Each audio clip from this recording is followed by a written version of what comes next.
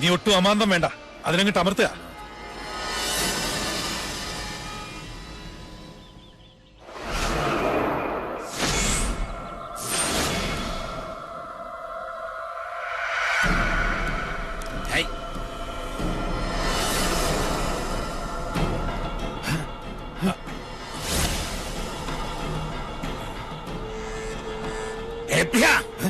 എന്താ ഇത് പൊട്ടാത്തെ?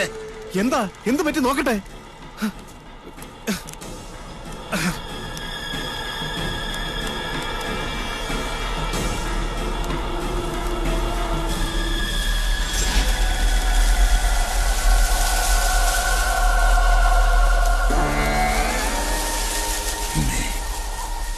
പൊറുക്കണം,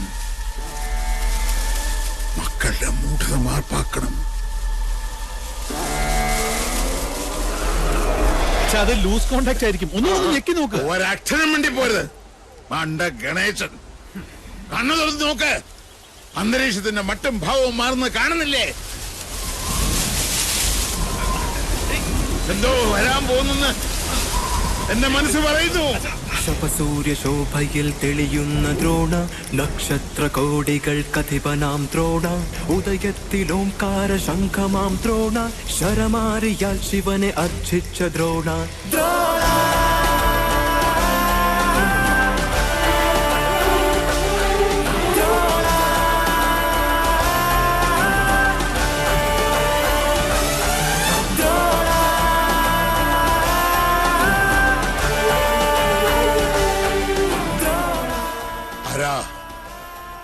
ഏതായി അവതാരം?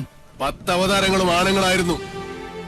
ആണുങ്ങളെ കണ്ടിട്ടില്ലാത്ത മണിയങ്കോട്ട അച്ചിക്കോന്തന്മാർക്ക് പുരുഷ പ്രജകളെ കണ്ടാൽ കണ്ണിൽ ഇരുട്ട് കയർ പിച്ചും പേയും പറയും.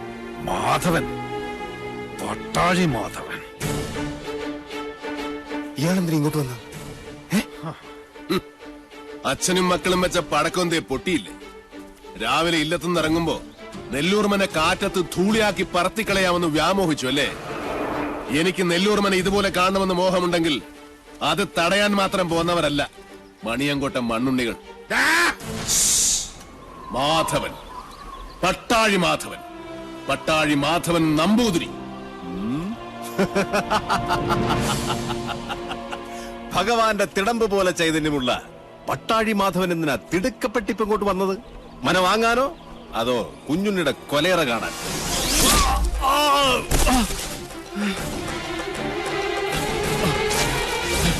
5 പ്രാണനും അലറിക്കരഞ്ഞ് അപേക്ഷിച്ചാലും ഈ ദയന് ഞാൻ ആവർത്തിക്കില്ല.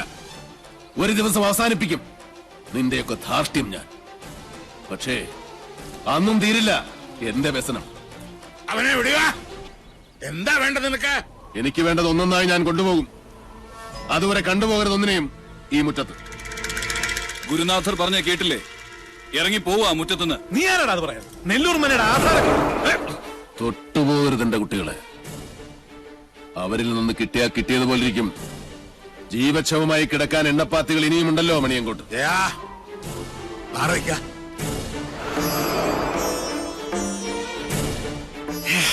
ആധാരം കാണണോ?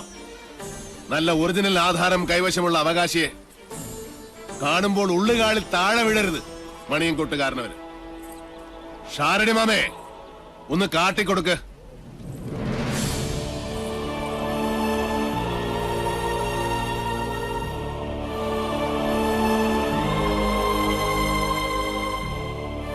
നെല്ലൂർ മനയുടെ അവകാശി തുളസിമണി. മനസ്സിലായില്ലേ? നെല്ലൂർ ഹരിനാരായണന്റെ ഒരേ ഒരു മകൾ.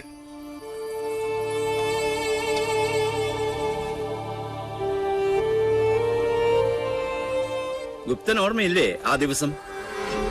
അന്ന് ഹരിയുടെ തോളിലിരുന്ന 5 വയസ്സുകാരി പെൺകുട്ടിയെ ആർക്കും കൊടുത്തില്ല. മണിയങ്കോട്ട് സാവിത്രിയുടെ കണ്ണിപ്പോലും പെടാതെ ഇവളെ ഞാൻ ശാലത്തെ അടുക്കളയിലിട്ട് വളർത്തി. ദുഷ്ടഗ്രഹങ്ങളുടെ ദൃഷ്ടിയിൽ നിന്ന് ഒളിപ്പിച്ചു. സൂക്ഷിച്ചു നോക്കി മുഖത്തേക്ക്. ഇത് ഹരിനാരായണന്റെ മകളല്ലെന്ന് പറയാൻ പറ്റുമോ ക്രമൂപ്പീന്? പറ്റില്ല.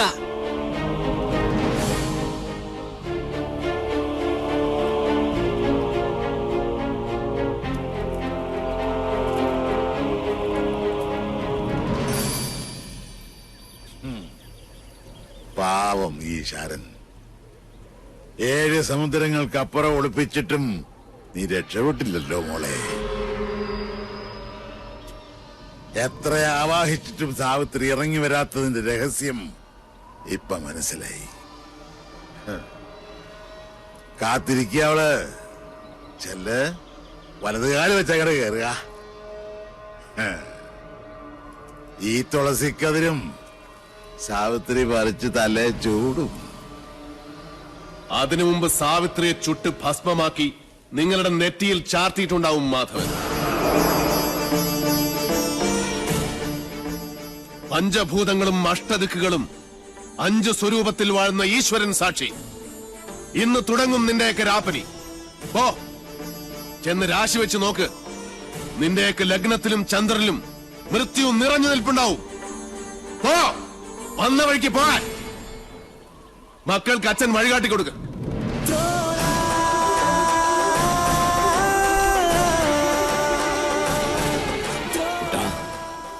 ആഴമറിയാത്ത ചുഴിയിലേക്ക് കാലെടുത്ത് വെച്ചു ഈ അച്ഛനും മകനും. ഇപ്പൊ കുട്ടനും ഷാരടി മാമ മടങ്ങിക്കോളൂ. കുട്ടേട്ടൻ 4 ദിവസം കൊണ്ട് ഇതൊരു മനുഷ്യാലയമാക്കി ഞാൻ നിന്നെ ഏൽപ്പിക്കും. അതിന് സാധിച്ചാൽ മാത്രം പട്ടാഴിക്ക് മടങ്ങും. അല്ലെങ്കിൽ എനിക്ക് ചിത കൂട്ടാൻ കിഴക്കേത്തൊടിയിലെ മാവ് പോലും വെട്ടരുതെന്ന് അമ്മയോട് പറയണം. ശവം പാഴ്വിറക് കൂട്ടി അതിലിട്ട് കത്തിച്ചു കളയണം.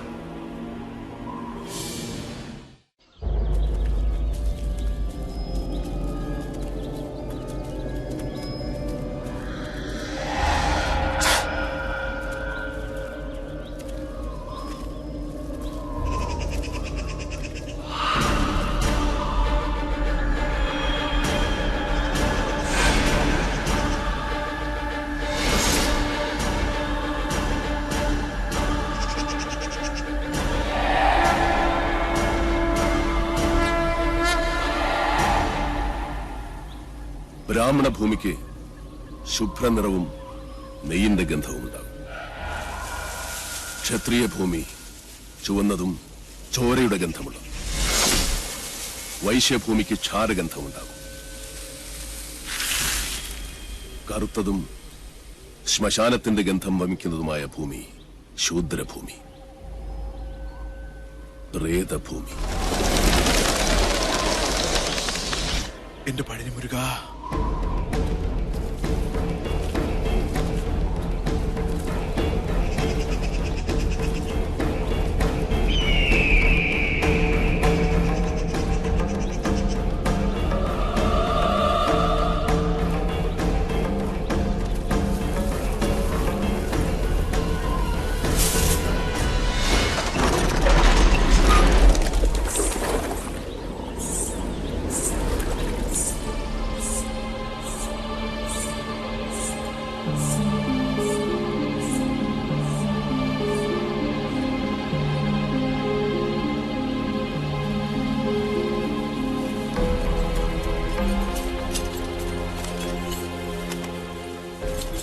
കൊള്ളാം. ഉളിയന്നൂർ തച്ചൻ മണ്ണും മരവും കൊണ്ടെഴുതിയ കവിത. ഭൂമിയിലൊരു തച്ചന് 8 തരം ഗ്രഹങ്ങൾ പണിയാം. അതെ, എന്തോ ലക്ഷണം കണ്ടിട്ട് നെല്ലൂർ മന ഏതിനത്തിൽപ്പെടും? ഹിരണ്യനാഥം, സിദ്ധാർത്ഥം, സുക്ഷേത്രം, ഏത്? തെക്കിനി, പടിഞ്ഞാറ്റ, വടക്കിനി, കിഴക്കിനി. 4 ചേർന്ന് നിൽക്കുന്നത് യമശൂർപ്പമല്ല, തീർച്ച. യമദൈവതം മരണം മാത്രം പ്രദാനം ചെയ്യും. അമ്പട തച്ച.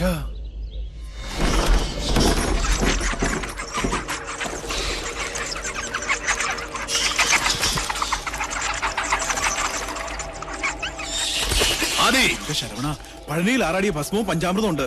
ഒന്നും ഭയപ്പെടണ്ട, അടുക്കില്ല ധാത്രി.